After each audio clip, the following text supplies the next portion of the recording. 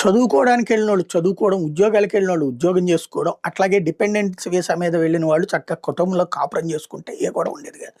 మనం అక్కడ ఉన్నటువంటి అమెరికాలో ఉన్నటువంటి వీసా నిబంధనలు ఉల్లంఘించేసి ఎవడు పట్టించుకునేవాడు లేడు కదా అని మన వాళ్ళు విచ్చలవిడిగా ప్రవర్తించడంతో ఎదురైనటువంటి సమస్య ఇప్పుడు మన వాళ్ళనే వెంటాడి వేటాడి రిస్ట్రిక్ట్ చేస్తున్నారు.